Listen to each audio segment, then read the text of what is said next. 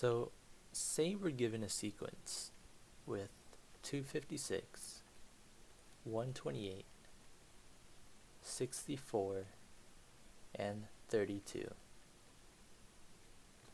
So in the previous video we talked about arithmetic sequences, and in an arithmetic sequence you're going to look for trends that have values being added or subtracted to get to the next term. So if we look at it in that kind of way for this sequence, we can see that the difference between 256 and 128 is 128, but the difference between 128 and 64 is 64.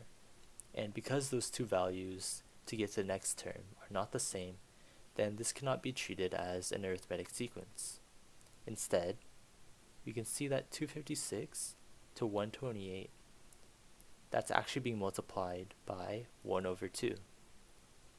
And 128 times 1 over 2 gets you 64, and it continues to do so. So this is what's known as a geometric sequence. And a geometric sequence is when each term is multiplied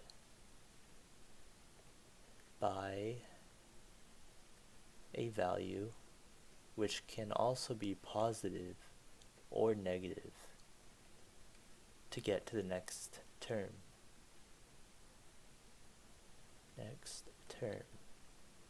Okay, so the 1 over 2 here, instead of being a common difference, it's actually known as the common ratio. And similar to the common difference, the common ratio takes on a variable, r, and is used to find a specific term in the sequence. And so in this case, our r is 1 over 2. In order to find out r, you can use the formula r is equal to un plus 1 over u of n. Okay, so let's first choose a u of n. We'll go with our first term, which is 256, and our first term plus 1 would be the second term, which is 128. So if we just fill in this formula here, we have 128, which is our second term on top, over our first term, 256, which would simplify into 1 over 2, which we know is already our common ratio. And the formula for a geometric sequence goes as u of n is equal to u of 1 times r in parentheses to the power of n minus 1. And a common misconception is that people like to multiply u of 1 times r and put them both in parentheses to the power of n minus 1. This will not work and will give you a wrong answer. So if we plug in our information properly, we have our first term, u1, we know is 256, multiplied by our common ratio, 1 over 2, to the power of n minus 1.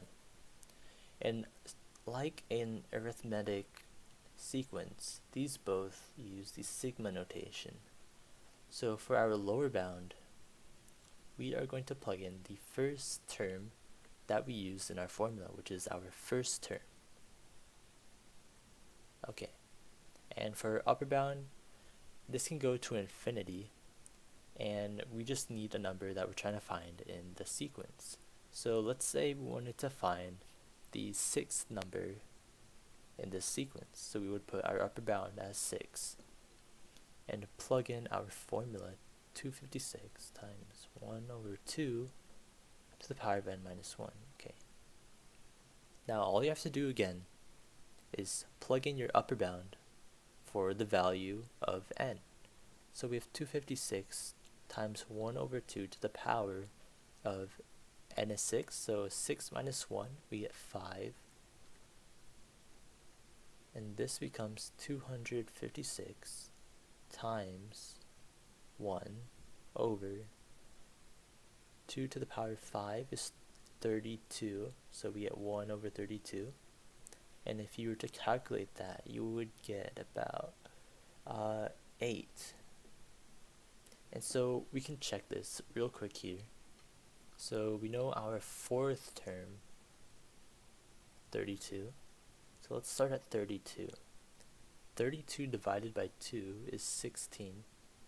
That's our fifth term. And then 16 divided by 2 is 8, which is actually our correct sixth term.